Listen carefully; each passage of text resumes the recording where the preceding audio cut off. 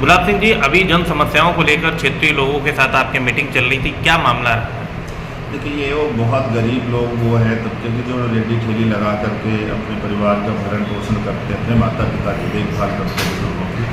तो ये काफ़ी टाइम से यहाँ एक प्रॉब्लम हो रही है कि कभी वो उधर ठेली लगाते हैं तो उधर कोई मार के भगाता है, कभी उधर लगाते हैं, तो ये सब लोग परेशान थे। कल भी मैंने यहाँ देखा तो एक कोई हेड कांस्टेबल आकर के लाठी डंडे मार मार के ठेलियाँ पलट रहे थे। तो मैंने उनसे बात किया कि भाई मारपीट करना तो नहीं बनता है, इनको नहीं लगा सकते तो कोई साइड इनको व्यवस्था कर दी जाए, कहाँ अपना काम करें, क्योंकि रोज़गार तो चाहिए। प्रधानमंत्री जी भी कहते हैं कि गरीब को रोज़गार तो देना है। ऐसे ही दिल्ली के मुख्यमंत्री भी कहते आए कि जहाँ ठेली लगी वो हटेगी नहीं, लेकिन इसके बाद भी अगर ये परेशानी आ रही तो हम प्रतिनिधियों की जिम्मेदारी बनती है वो आए थी समस्या के लिए, उसके लिए मैं संबंधित अधिकारियों से बात कर रहा हूँ और इनको उचित जगह पर बैठने के लिए, ताकि ये रोजगार कमा सकें। दिल्ली को नई मुख्यमंत्री मिली है, कैसे देखते हैं? नई मुख्यमंत्री क्या, एक तो कहते हैं ना कि परिवार तो नहीं लेकिन अदृश्य रूप से परिवार की तरह से जो है ना उनको ये सीट दे दी गई है कि अपरोक्ष रूप से वही रहेंगे मुख्यमंत्री जो पहले थे और परोक्ष रूप से देखेंगे। और उसका सीधा सा प्रमाण दिखाई दे रहा है कि जिस कुर्सी में मुख्यमंत्री को बैठना चाहिए, मुख्यमंत्री की एक मर्यादा है, दिल्ली के करोड़ों लोगों का एक प्रतिनिधि है और वो व्यक्ति उस कुर्सी में ना बैठ के ये बता रहा है कि हम डमी मुख्यमंत्री हैं। सो आतिशी जी मुख्यमंत्री नहीं है, वो अरविंद केजरीवाल की डमी मुख्यमंत्री हैं कि जो अरविंद जी कहेंगे बस उसको वो फॉलो करेंगे। और उन्होंने एक मैसेज जो मैंने सुना ये भरत और राम वाला, मुझे लग रहा है अगर किंचित मात्र भी भरत जी के जीवन का अनुसरण कर लिया होता तो दिल्ली स्वर्ग हो जाती। किंचित मात्र भी केजरीवाल साहब राम जी के जीवन का अनुसरण कर लेते तो मुझे लग रहा दिल्ली की दुर्दशा नहीं बल्कि यहीं अयोध्या बन जाती। तो मुंह से कहने से नहीं, यहाँ से स्वीकारने से होता है। तो वो तो डमी मुख्यमंत्री है और 2-3 महीने के उनको बनाया गया, जनता को भ्रमित करने के तमाम प्रयास किए जाएंगे ताकि केजरीवाल को आगे फिर मौका मिले और तमाम कोशिशें करें। कहीं ना कहीं देखा गया है कि एक रामायण की स्क्रिप्ट तैयार की जा रही है दिल्ली में। वो जैसे जैसे दीपावली का पर्व आने वाला है, नए नए किरदार रामायण के राजनीतिक दलों के द्वारा निकाले जा रहे हैं, कैसे देखेंगे? और आज बुराड़ी की अगर हम बात करें तो यहाँ भी हनुमान चालीसा के कुछ दोहों के साथ विधायक की फोटो सोशल मीडिया पे तमाम आम आदमी पार्टी के कार्यकर्ता लगा रहे हैं।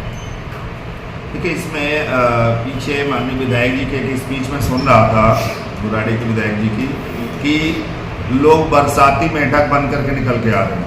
और मुझे याद नहीं, आपके चैनल में किसी वर्जन में दिया था मैंने कि आखिर वो बरसाती मेंढक है कौन? पब्लिक तो है नहीं, जनता तो है नहीं, जनता तो निरंतर वहीं रहती है, निरंतर अपना काम करती है, रोज का उनका आवागमन है।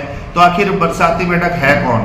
तो दूसरा एग्जाम्पल यहाँ पर ये आपको मिला कि इन्हें 5 साल न राम याद आते हैं, न हनुमान याद आते हैं, न खुदा याद आता है, न गिरजाघर याद आता है, न वाहेगुरु याद आते हैं। और जब चुनाव के 4 महीना बचता है तो इन्हें सारे देवी देवता सब याद आने लग जाते हैं। इसका मतलब आप लोग बरसाती मेंढक हैं, अवसरवादी हैं, अवसर आकर के मदारी की तरह ड्रामा करके पब्लिक को भ्रमित करने की कोशिश करते हैं। अभी ये ड्रामा और चलाने वाले हैं, सभी बहनों को और मैं नजदीक तक महीने 2 महीने के लिए बस चलवाने वाले दाएं बाएं से, महीने 2 महीने के लिए फ्री की योजना और लाने वाले।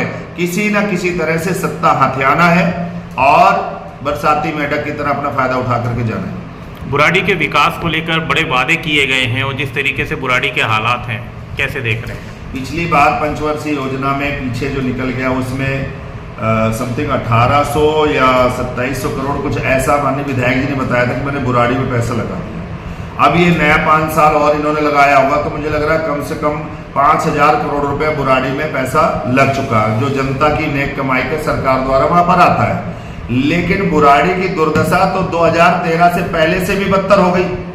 जो 2008 से 2013 तक बुराड़ी की दुर्दशा को संभालने में लगाया गया था और पीछे जो हुई थी उससे भी बदतर हाल हो गया। 5000 करोड़ रुपया बुराड़ी विधानसभा में खर्च हो गया, लेकिन निकलने के लोग तरस रहे। कल की घटना मैं बताता हूँ, मैं निरंकारी पार्क में गया तो मैंने देखा संख्या बहुत कम है। तो मैंने लोगों से पूछा आज बहुत संख्या कम आ रही, क्या बात है? तो बोले बुराड़ी का मेन रोड सवेरे 5 बजे बंद है, लोग पार्क में आ ही नहीं पाए, गाड़ियां वहीं से वापस चली गई।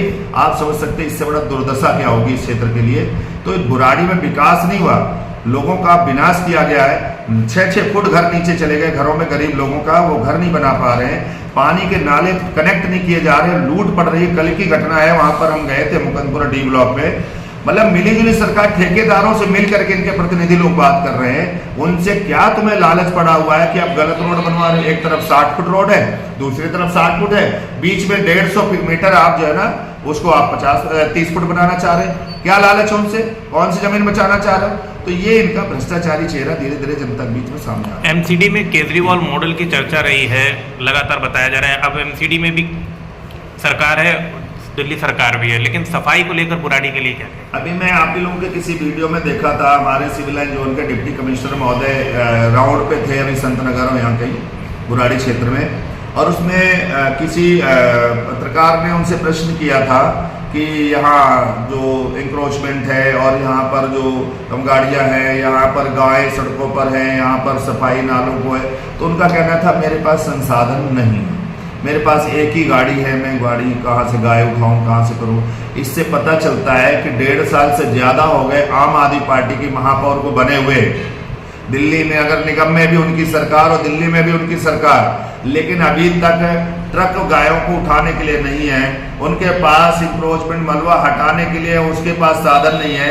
तो इससे पता चलता है कि इनको काम नहीं करना, इन्हें तो दूसरे को हटाने के लिए क्या क्या बोलना है वो सब कुछ आता है और वो सामने दिखाई दे रहा है। अब तो दोनों हैं, पार्षद भी जो नगर निगम है वो भी तुम्हारे पास है, और आज तो पूरी दिल्ली का निगम है एक साथ।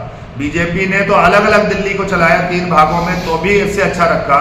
इनके पास तो पूरी दिल्ली एक है। और क्या किया है इन्होंने महापौर के रूप में, जो इस बार एक दलित मेयर को बनना था, दलित महापौर बनना था, उसका भी हक खा गए चुनाव न करा करके महापौर। तो इनसे ज्यादा गिरा हुआ कोई और हो नहीं सकता।